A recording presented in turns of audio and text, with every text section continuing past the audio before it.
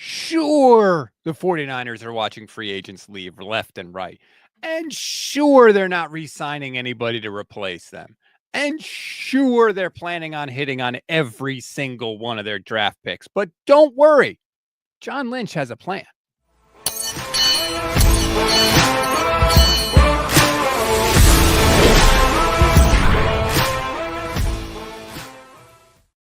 What is good, everybody? Welcome to another Gold Standard 49ers podcast. I'm Rob Stats Guerrera, flying solo today. Michelle Majuk is a little under the weather. So normally Michelle is with me on Fridays. She won't be here today. Get well soon, Michelle. You're not going to get to hear about the traumatic experience I had, which I'll get to a little bit later in the show. We'll talk about John Lynch's comments at the Stanford Pro Day, plus the 49ers Media Madness Tournament is underway now. You can go and vote. The link is in the description of this episode. The voting started yesterday. We'll look at some of the matchups and we'll break all of that down. And there were some very interesting comments from the 49ers Plus Minus podcast with Tim Kawakami and Matt Barrows that I'm going to play for you as well. So we have a fully loaded show for you. Let's just start with what John Lynch said at the Stanford Pro Day, because I think that sort of sets the table for everything else that we're going to talk about on today's show. So if you missed it, you weren't aware, whatever the case may be, I will put that on the screen for you so that you can check that out. John Lynch, quote, "We've got this thing called the draft, and we've got a lot of picks. And I think the thing the fans should know is that we have a plan, and we're going to execute that plan. And we're excited about the opportunity." Now, there's a few things here. And you know my general philosophy when it comes to how I look at this team. Don't pee on my leg and tell me it's rain, okay? I hate when they do that because it insults the intelligence of us as fans. That's why it drives me so crazy, okay? The 49ers do not have this like incredible galaxy brain plan that no one else can see, and it's so amazing and unthinkable, and they're going to unveil it, and we're all going to be amazed at the unbelievable inner workings of how the 49ers are. No, their plan is very simple. It's the draft. The plan is the draft, right? It's obvious. They're not signing anybody. Their plan is to nail the picks in the draft, which is all well and good, but they're acting like every team doesn't try to do that exact thing every year. Every team tries to nail every single draft pick they make. This is not new. This is not some amazing secret thing. This is not some like groundbreaking philosophy that no one else has ever had before. They're trying to hit in the draft. That's not surprising or shocking to anyone or unique in any way. It's almost like the 49ers are saying, yeah, we didn't really care about the draft before, but now we really care about it, right? Now we're going to do it like extra special good. It's so bizarre to me. Their plan, Jason Aponte, I love this comment. Shout out to you, Jay, says, I have concepts of a plan. I mean, that's nothing. We plan to hit on the draft. You know what their real plan is? The plan is to get cheaper. That's it. Like, sure, they would like to get younger. They'd like to get better, and they'd like to get cheaper, right? But if they can't get younger, okay. And if they can't get better, they're okay with that too. Their real plan is to just get cheaper. That's it. That's all it is. That's all it is. And, you know, Tim Kawakami was having a real hard time with it on the 49ers Plus Minus podcast because he was saying like, hey, why aren't they signing guys on the offensive line? You know, you could have had Jordan Mason. You could have kept Jordan Mason. You didn't have to give him up. And it's like, Tim, you're not getting it. They don't care about being good in 2025. They don't care. They're totally fine with being bad. They just want to be cheaper. That's it. Like, that is the plan from John Lynch. And they're acting like they're just going to check off 11 draft picks in the draft and be awesome and be all set. It's just ridiculous. The real plan is they don't care. They don't care that the roster is going to be way worse because they're just going to try and take advantage of a crap schedule. And maybe we fight for a wild card. And then if they get into the playoffs, forget it. Then they're like, then they claim success, right? Then they're like, hey, look at this. We cleaned up everything financially and we still made the playoffs. We're so smart. We're so good. We're just like the Rams. Everything's great. That's what they're going to do. That is absolutely what they're going to do. Patrick Lucero says, where's Michelle? She's sick, in case you missed it. Okay, there's a really just flat out vulgar comment in the chat. I'm kissing the Niners' ass? Hold on. Oh, my God. I'm not going to put the comment on the screen because it's vulgar, like I said. You think I'm kissing the 49ers' ass? Have you not heard the show or anything I've ever done? Mr. BMW Lotus? I really think you need to watch more of my content. Okay, Tanisha, good morning. Thank you for the support. So, yeah, John Lynch's whole comment about we have a plan. Now, he had other comments talking about, we have to clear the deck and all that stuff. It's all bullcrap, okay? It's all crap. They didn't have to clear the deck. They never did. That is just a fiction put out there by Jed York. That's all that is. They were fine with the salary cap. They were fine. They were never in salary cap hell. People are treating them like they were the Saints. That is not the case. That is not the case at all. But I have to say, to credit the 49ers, it is working. They got their message out there, and it is being sold by the national insiders. It's being sold by Adam Schefter. It's being sold by other national insiders. In fact, I just saw a video before I came on, which I'll try and throw up on the screen for you. And it's a little long, so maybe we'll pause it and we'll get to different parts of it. But here are insiders from NFL Network talking about Brock Purdy and the contract situation, and it's just infuriating to me. Listen. Well, and John Lynch knows what's coming, and it's that Brock Purdy deal that at some point is going to happen this offseason. And I know he was the last pick in the draft. You may have heard about it. I know that it's a system that people think, oh, you just plug a quarterback in and he runs the system. It's more, oh, really? Because they tried to do that with a couple of guys. And it didn't work as well as it has with Brock Purdy. So Purdy is going to look at this and say, I need to be paid like one of the top quarterbacks in the league. Now, if you go back over the last 5 years or so and you see the quarterback deals that were done, the average per year is usually like anywhere from 21-ish to 25% of the salary cap. If it's on the low end of that, he's going to clear guys like Trevor Lawrence. Now, he's not going to get the Dak Prescott's number of 60, but he'll be in the high 50s. If he really wanted to push it to Joe Burrow, who took the biggest chunk of the salary cap, that's like $68 million per year. I don't get the sense that Brock Purdy wants to go there because that's going to hurt the team's ability to do other things like we were just talking about. But he wants his respect, and he wants money that's in line with those other quarterbacks. So I don't see this getting done until the 49ers and Brock Purdy agree on a number that's close to Dak Prescott. Not all the way there, but close to Dak Prescott. Purdy saying that's fair, but it also still gives the team and John Lynch the opportunity to do things elsewhere on the roster. Now, you heard it there from 2 out of the 3 people in the video. Oh, they had to clean things up. No, they didn't. They didn't have to clean things up, but they got John Lynch selling it at the Combine and selling it at the Stanford Pro Day. You've got the insiders in the video trying to sell it too. No, that is not the case. It's just that Jed York didn't want to spend the money. And I know I've talked about this a lot, but it drives me freaking crazy because I'm so tired of people just stating things that aren't true and just saying it over and over again, because when they do that, eventually people just accept it as true, even though it's not. It is not true. Okay. They are choosing to do this just because they want to. It wasn't, well, you can only spend so long. And so they were fine. They were absolutely fine. You know, the 49ers can't have it both ways. They can't have it that, oh, they had to do this to reset the roster, but also Parag Marathe is a salary cap wizard, right? It can't be both of those things, because if he's a salary cap wizard, you never get in a situation where you have to reset it. So one of those things has to not be true. So I'm sorry if I keep saying it over and over again, but it's driving me nuts.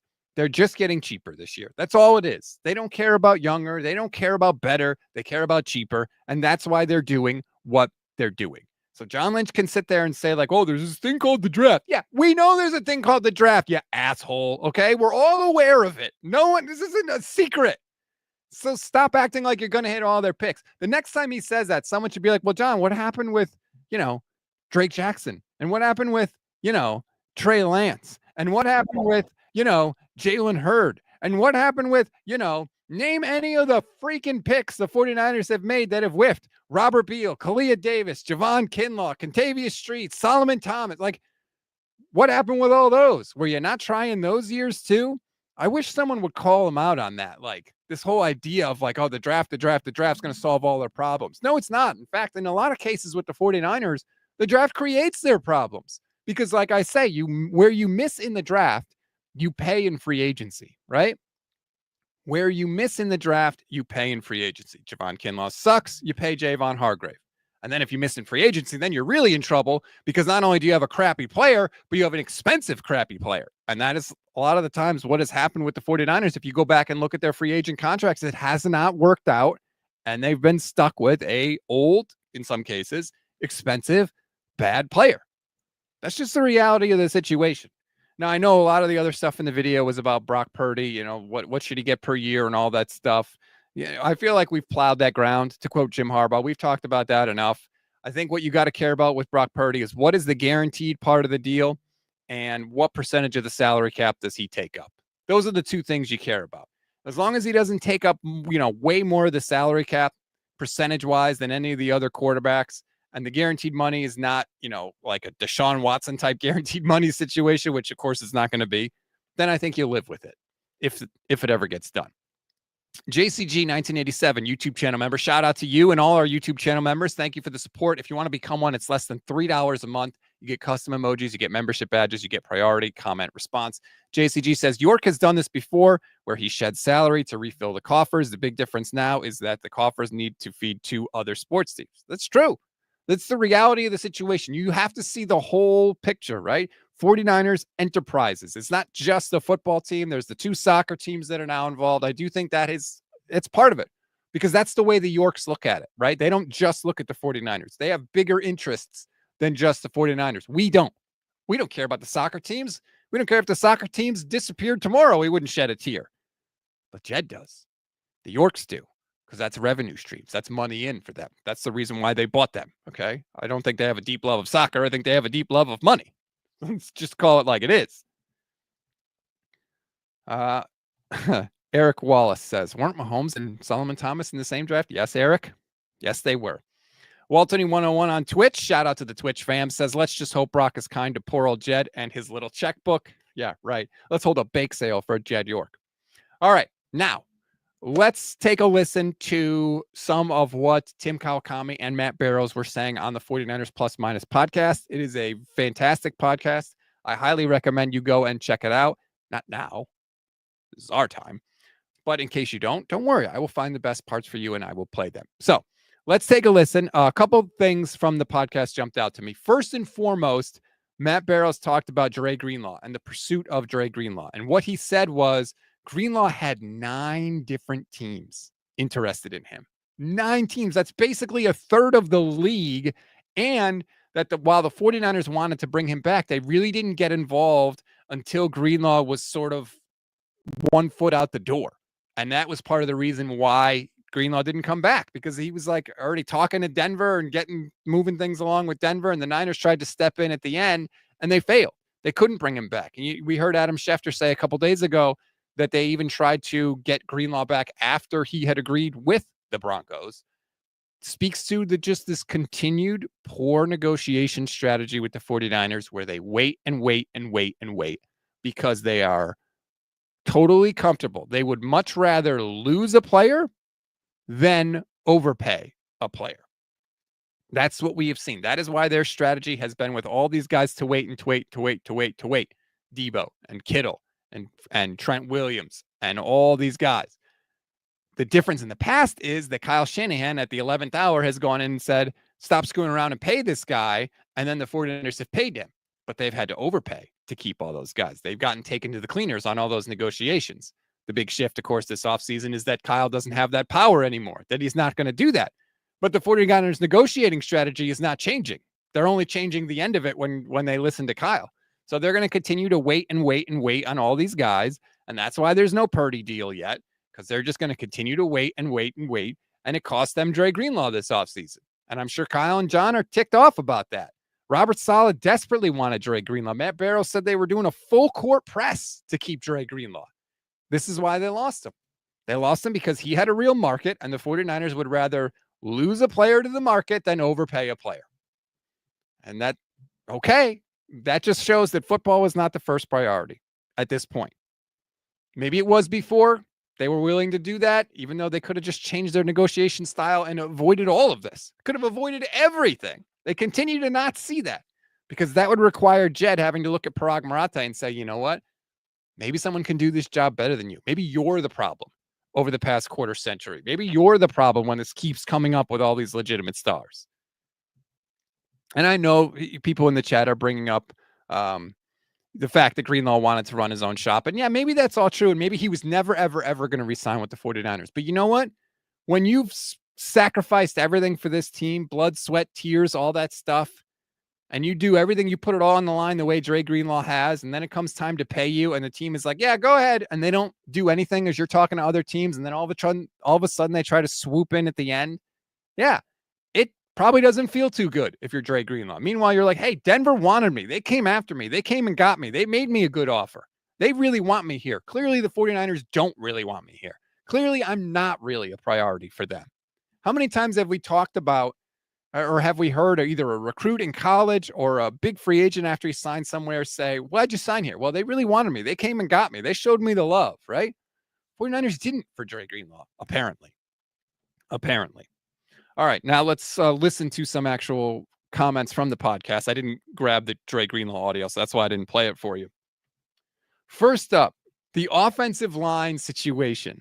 I feel like in this clip, Tim Kawakami is all of us, and Matt Barrows is just telling us the 49ers position, but take a listen. I would not be surprised if they're going Brendel and Hennessy. Wow. Those are your centers. Wow. With Drake Nugent backing them up. I mean, it's not a great draft for centers. The one good center is probably going to be like a late 20s guy. So maybe if they traded back, he would be a possibility. North Dakota State guy? Is that yeah. Gray Zabel is his name. And then I guess the right tackle is they go with McKivitz. They don't upgrade there. Burford, maybe. I don't know. I mean, they think McKivitz is the bee's knees. They love McKivitz. I'm sure that last clip is going to get people, fired up. They love McKivitz. They think McKivitz is the bee's knees. I don't think he's been nearly as bad as people say. I do think that I would like to see some competition for Jake Brendel. I know that Matt Hennessy was mentioned and Nick Zakelj. Okay, but is that real competition? Those guys have been, well, Hennessy hasn't, but Zakel's been on the team, okay, for years. We never see this guy get on the field. If he was going to be real competition, he would have been real competition by now, and he's not. And so that's the thing that drives me nuts, is that you could have added a Garrett Bradbury and had a real competition. I know the PFF grades for Garrett Bradbury are the same as Jake Brendel. You know what? Garrett Bradbury has been on the field, and he was a former first-round pick. That's more competition for Jake Brendel than Nick Zakelj. Sorry, it just is. JCG 1987 says 49ers going to use the offensive line strategy for every position. Yeah, right. I will say this because I've seen Rich Madrid talk about this on Twitter, and he's right. They got to a Super Bowl with Brendel and McKivitz, right? They got to a Super Bowl starting Mike Person at guard in 2019. I think that in general, the 49ers offensive line philosophy has worked for them, which is we don't need to have elite guys at every single offensive line position because of what we ask them to do, because of the way we set them up with angles and blocking. We don't need to have the elite guys at every position. And I agree, a lot of the time, they're correct in that. We've seen the proof is in the pudding, right? Christian McCaffrey led the NFL in rushing. We've seen them have some of the success there. But in certain specific situations, we see where there's trouble. We see in short yardage. They struggle in short yardage. They've struggled for multiple years in short yardage because they don't have the most talented guys there, and the defense knows what's coming. So you don't have the advantage of the sort of deception that Shanahan can set up with his play calling when it's just straight up mano a mano, man versus man. You've got to do your job against another human being. The 49ers offensive line often gets overpowered. Same thing in the red zone, especially when they try to run in the red zone. And same thing in must-pass situations, right? Must-pass situations. McKivitz, Brendel, Banks last year, a lot of the times, they get shoved around. They get beaten, and sometimes beaten quickly and sometimes beaten badly. And so in those specific situations, That's where the 49ers offensive line philosophy comes back to bite them. Now, a lot of times they can avoid those situations because of Kyle and all the other stuff I talked about, but you can't avoid them all the time. And I think that's the frustration from fans, is that we know eventually at some point you're going to need to pick up a big short yardage play. You're going to need to be in must pass situations because of penalties or other things, mistakes in general that happen that set the offense back. You are going to be in those situations, and time again, we've seen the 49ers fail in those situations. And the fact that you're not moving to address that, even though it's only a small percent of the time, those are the little things that keep you from getting where you want to go. 3rd and 5 in the Super Bowl, right at the 2-minute warning in Super Bowl 58, right? Brock doesn't see it. George Kittle is in the backfield blocking for whatever reason. Guys go the wrong way. Pressure up the middle. Play gets disrupted. In overtime, now I know Spencer Burford went rogue, but I'm not even sure necessarily that he would have been able to stop Chris Jones anyway, because it's Spencer freaking Burford or John Feliciano if he had been healthy. Not exactly the cream of the crop there. So that's their philosophy, apparently, at offensive line. We'll see if that changes in the draft. But again, the draft can't be the answer to all your problems, because it's not even like, oh, by the way, even if you have scouted everybody perfectly, and even if you have the perfect plan, you know exactly who to take. And if you say, we get this guy, we're going to be good. They'll all be starters and we'll be awesome. The other teams get to draft too. They get to pick good players too. And you don't always get every single person you want number 1 on your draft board. I know the teams always act like they do. They don't. In reality, they don't. So even if you have scouted everybody perfectly, even if you've done a perfect job with all that stuff, you still might not get the guy that you think you need to get. So that's why this whole everything's going to be fine if we just rely on the draft strategy is crazy. It's absolutely crazy. I just saw a comment I wanted to click on. Stone Cold Scout Recon says, y'all are way too emotionally invested in what an organization does when you have no tangible stake in it. I mean, yeah, welcome to being a sports fan, right? I mean, like, what are we talking about here? Of course, I don't like, there's nothing I can do about it. I can't stop it, but I care about it. Of course, I'm emotionally invested. If I'm not, then like, why would I even be into sports at all? I don't know how you enjoy sports without the emotional attachment and investment. If you weren't emotionally attached, then what are you doing? Why do you care at all? CG Gray says the worst thing for us last year was short yardage situations on both sides of the ball. That's true. They did struggle defensively as well. I think we needed a bunch of help in the trenches, and it seems to be a disconnect right now. I do think the 49ers recognize that they have problems in the trenches, especially on defense. And I think probably their first 2 picks will be on the defensive line this year. I really do think that. I think they see that. I just think that they wanted to go super cheap, and so they weren't able to add the depth pieces. So it's just going to be rookies. And we're going to have to live through that this year. The Unfaithful Perspective, thank you for the super chat, says humans are funny. We think we just need to say we have a plan. Doesn't matter what kind of quality. The plan is what's most important. Yeah, remember the Joker in the Dark Knight movie, right? If you say you're going to blow up a hospital or whatever, and then you do it, nobody freaks out because it's all part of the plan.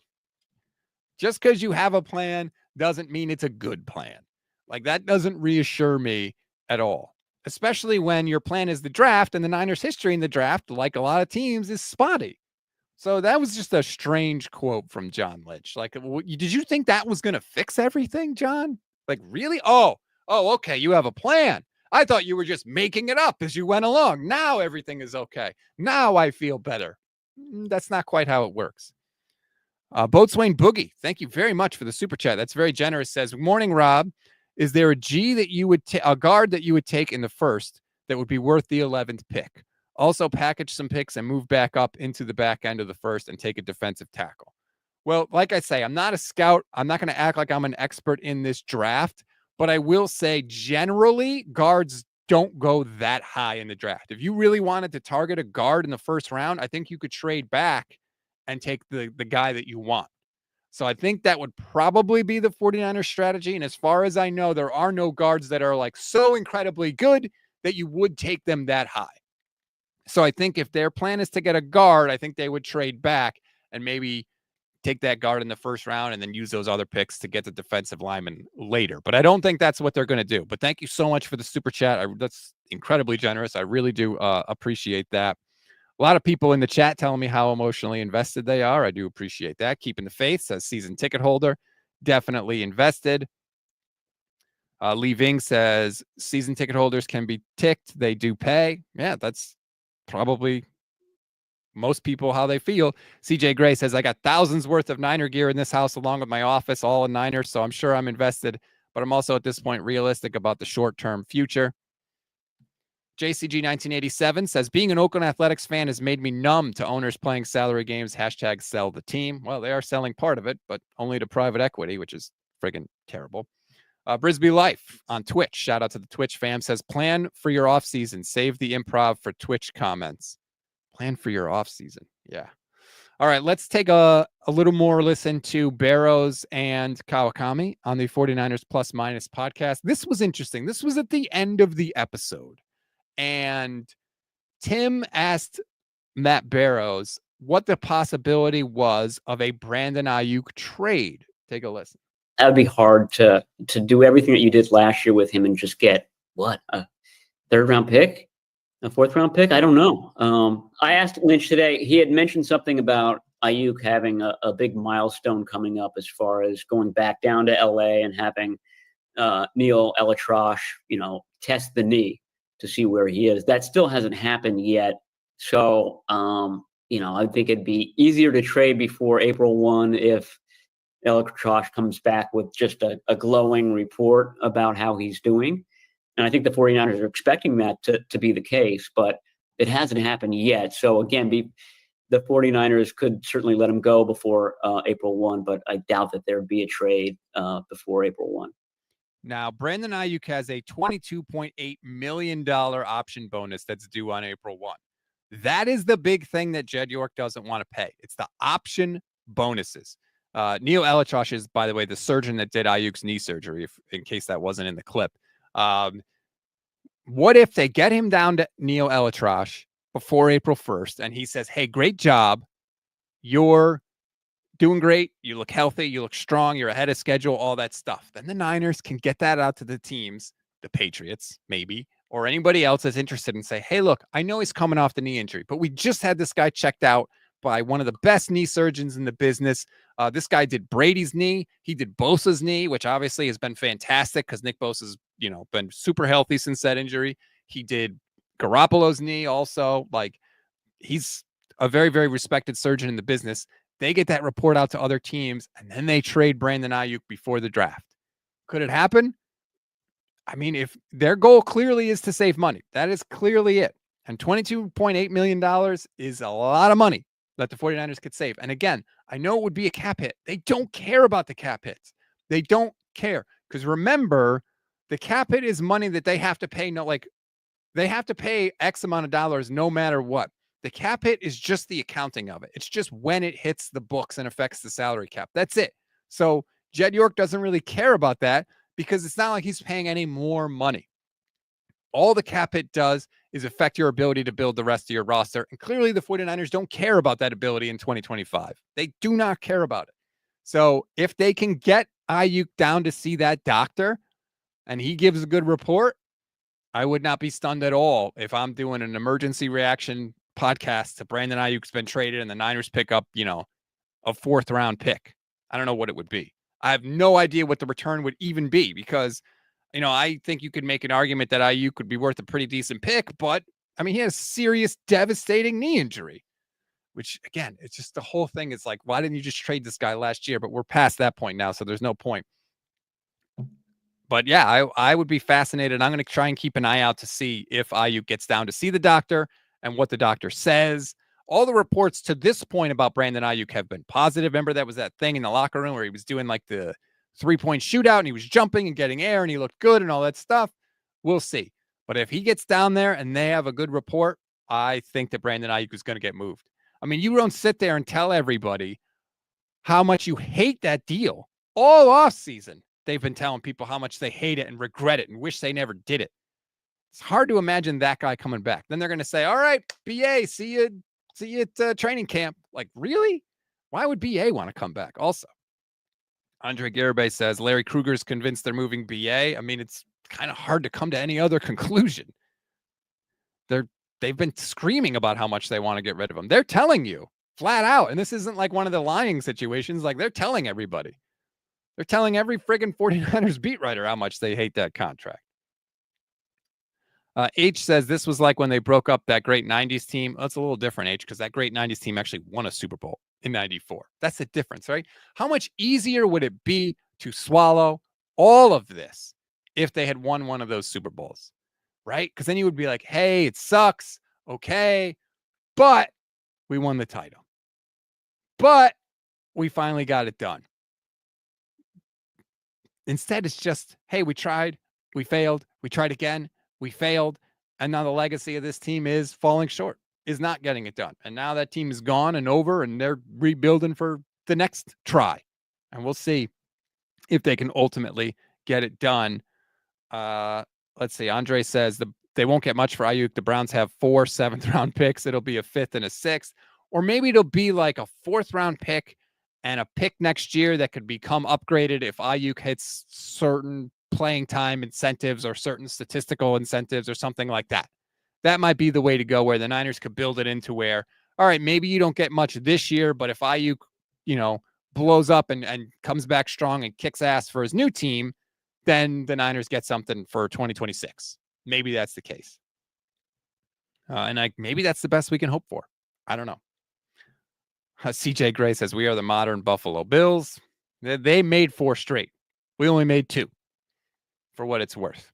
All right. Quickly here before I wrap up, I do want to mention that the 49ers Media Madness tournament is underway. It's back for the 3rd consecutive year.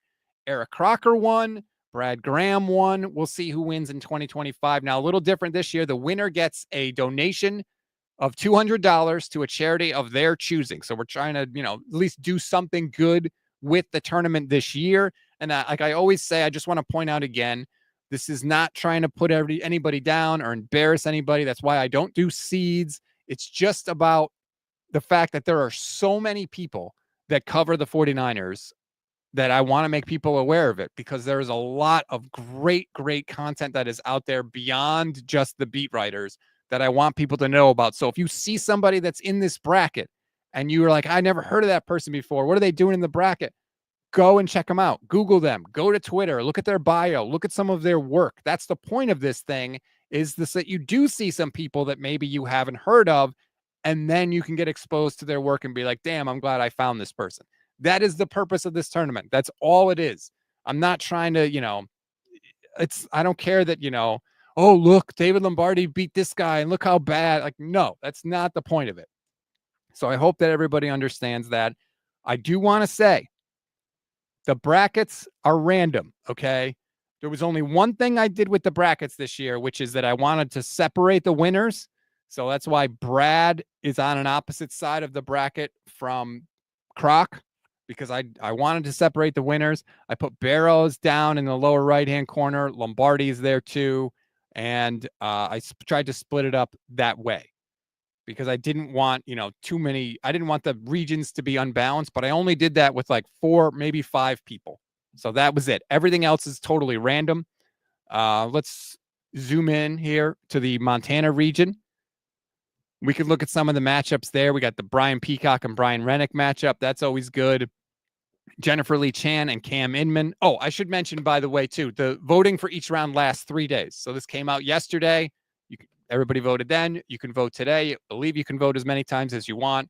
And then every 3 days, the rounds will change. And so we'll see who ultimately advances. Paul Hope from 49ers Faithful UK is locked in a battle with Chase Sr. And I'm not going to lie, Paul, I thought when I started this thing, when it came out, that you were in trouble, because Chase obviously has a 49ers empire on YouTube. Everybody, I'm sure, is aware of it. But Paul Hope is putting up a fight. There is a potential upset brewing right there. And I know Paul's been working the tweets on this thing. That would be the upset of the first round if Paul Hope could take down Chase Sr. And that's not meant to disparage Paul at all. It's just different from what I thought was going to happen. Ryan Hensley and Chris Biederman's a really fascinating one for me, because you've got somebody that covers the team on the, part of the actual 49ers beat and somebody that does it on YouTube. So like, that's it's sort of a point of pride for me, right? Because I cover the team on YouTube. So it's like, yeah, let's go, Ryan. Let's get a point for the YouTubers, right? Leo Luna and Jason Aponte. That's an interesting one. Jason just has an article on Niners Nation today. Actually, he talked with the Iowa State offensive coordinator about some of their draft prospects and about the Brock Purdy contract negotiations. He had a really interesting quote in there about Brock and the contract talks that you may want to check out.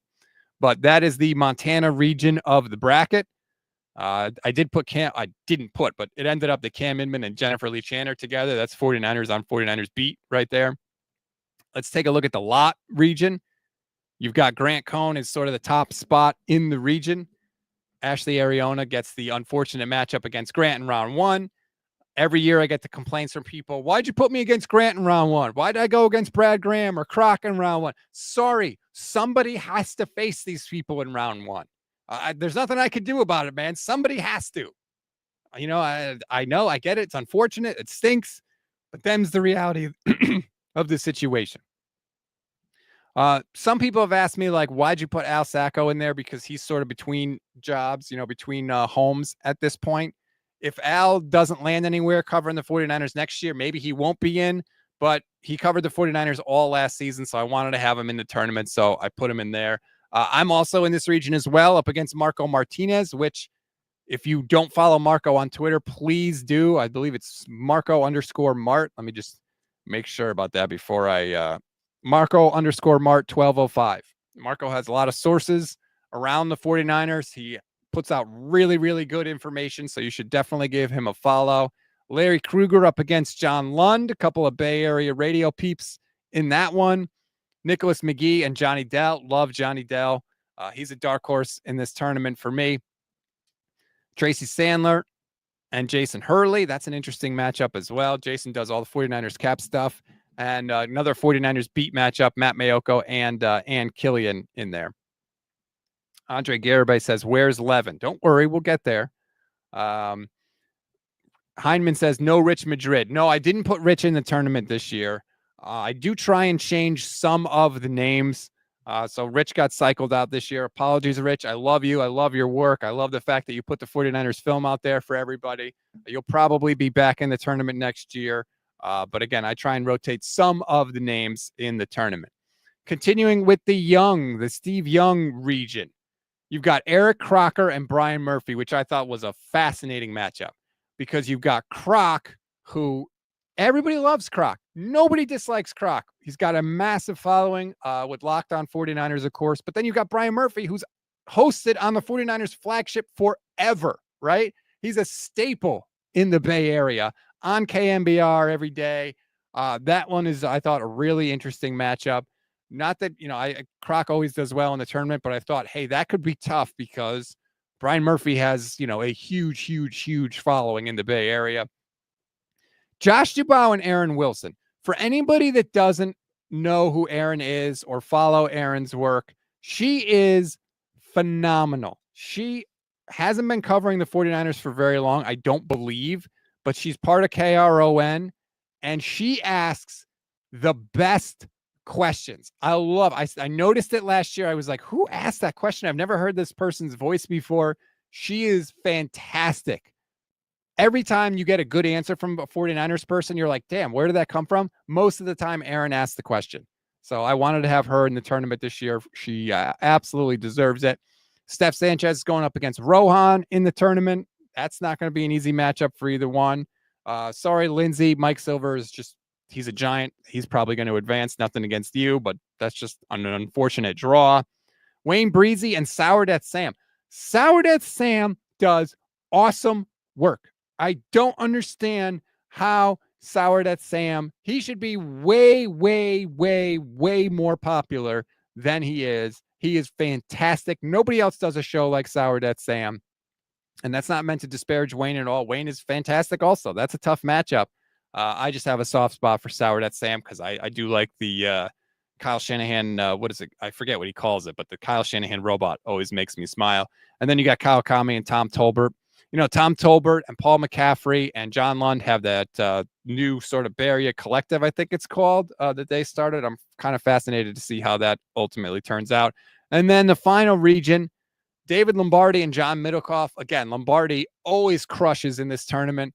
John Middlecoff is no slouch in terms of a matchup in round one, but I can't see David going down in round one. Bonte and Guy Haberman also there. That's another tough matchup. I know that Bonte's assignment changed. Now he's with NBC Sports Bay Area. So, I don't know if that changes things for him, but that's going to be interesting. Michelle Majuk is there. See, there's Michelle. She's there. Everybody, relax. Everybody calm down. Michelle is there. Levin and Jordan Elliott. Levin, he's going to have that's a tough matchup. I don't know anybody that dislikes Jordan Elliott. And let's be honest, Levin can rub some people the wrong way. So that might be a tough matchup. Damon Bruce and Mark Willard. Again, radio guys, right? Mark, obviously 95.7 The Game. Damon's been in a part of the Bay Area radio scene for a long time. So that's an interesting matchup. Dieter Kurtenbach, man. Respect to Dieter. He has brought it this offseason. He has been crushing the team for the stupid decisions they have made, and I am here for it. So shout out to you, Dieter. John Chapman always does well, as he should in this tournament. He's facing Jerry McDonald, and then you got Matt Barrows and Rob Lauder. That is the final matchup. So again, you've got another day and a half or so to vote in the 49ers Media Madness tournament. There is a link to vote right in the description of this episode. So you just click right that. It'll take you to the voting. And of course, obviously, we will update everybody on the results, and then you can see the tournament as it goes out and follow along with the voting. And again, the winner this year gets $200 donation to a charity of their choosing. Also, I send you a little statue. It's a little microphone statue. I think Brad Graham actually tweeted out a picture of it right when the bracket first came out for anybody that wanted to see it. It's not much. It's, I think it's a cool little thing. Of course, he tweets a million things, so now I can't find it. But yeah, so that's what you get. But anyway, at least some good will come out of this other than people being exposed to 49ers work. There'll be a nice donation to charity. And there you go. That's going to do it for this edition of the show. Thank you, everybody, for all the questions, all the comments, the concerns, all that stuff. I appreciate it. Enjoy the rest of your weekend. Oh, the traumatizing experience that I didn't mention. So Michelle always makes fun of me for this because one of the things I like to do before a fantasy season is I like to get a fantasy magazine, whether it's fantasy football or fantasy baseball. I like to have the magazine in my hands. I get the magazine. I understand the information isn't the most up-to-date you can get. I understand all that. I still like to do it. I read it. And as it so happens, I'm really good at fantasy baseball. I've won my league 3 out of the last 4 years and 3 years in a row. So I'm awesome at it. I found a system that works. I got a draft later tonight, actually in a few hours, and I haven't gotten my research in yet. So I wanted to go today and pick up my fantasy baseball magazine and read it and do my research before I do my draft. I can't find one. I've been to 3 different spots. I went to a newsstand. I couldn't find one. Is that just the end? Are there like no more actual physical fantasy magazines anymore that I could grab and read? I was like traumatized by this. It's going to change my whole routine. I can't stand it at all. I know I'm old. I get all that. I hated it. I hated it today. And Michelle's going to laugh at me. I could already hear her laughing even though she's not here. But damn it, now I got to get the digital. I don't know what it is. If I read something that's like in front of me, a physical book or a magazine, I remember it. It sticks in my head. If I read it on a screen, I don't know why. It doesn't stick in my head as much. And sometimes in the draft, you don't have a lot of time between picks. And you're like, oh, I think I read something about that guy. I like to have the physical thing in front of me. And now I can't, and I'm cranky, and I'm not happy about it. Brisbee Life says, try a bookstore like Barnes & Noble. That's a good thought. But I don't live super close to a bookstore, so might just have to go with the digital version. Boo. Boo, boo, boo. But that is a good suggestion. Thank you. Leaving says, Google Fantasy Magazine, see what you get. Ha, ha, ha. Yeah, well, everybody just laugh at me. That's fine. I know everyone likes to take joy in things that make me cranky. Thanks a lot, everybody. Appreciate it. Enjoy your Friday and your weekend. We'll talk to you next week.